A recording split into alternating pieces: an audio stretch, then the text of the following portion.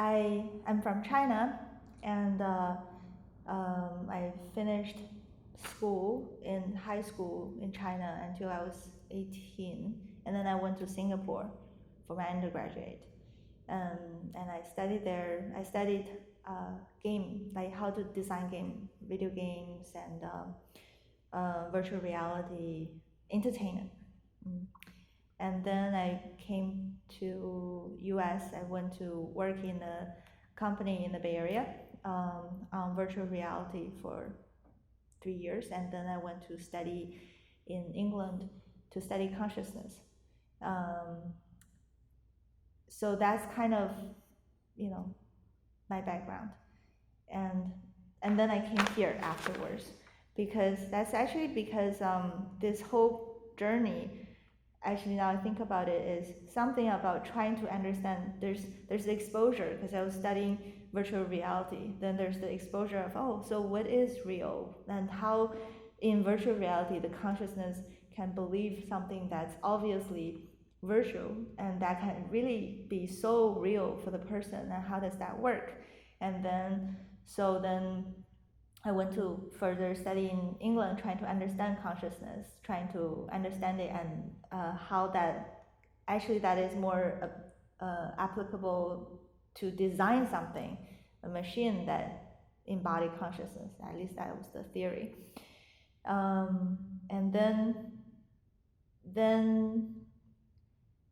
I realized with what we have in the school and what was being taught, it was very, it doesn't have all the element of a human experience.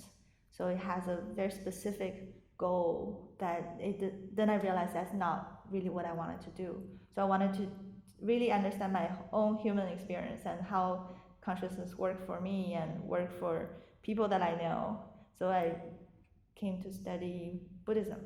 Yeah, and then in the beginning I didn't know that the university existed. So I just came to, and I read about Yogacara, and then I read about Heart Sutra, and then I read about the Venerable Master's commentary, and then that's how I got to know about this place, and I came to this place, and I decided, well, if what it takes is to cultivate the practice, then this is what I wanted to do. And then I got to meet all these wonderful people who introduced me to the university.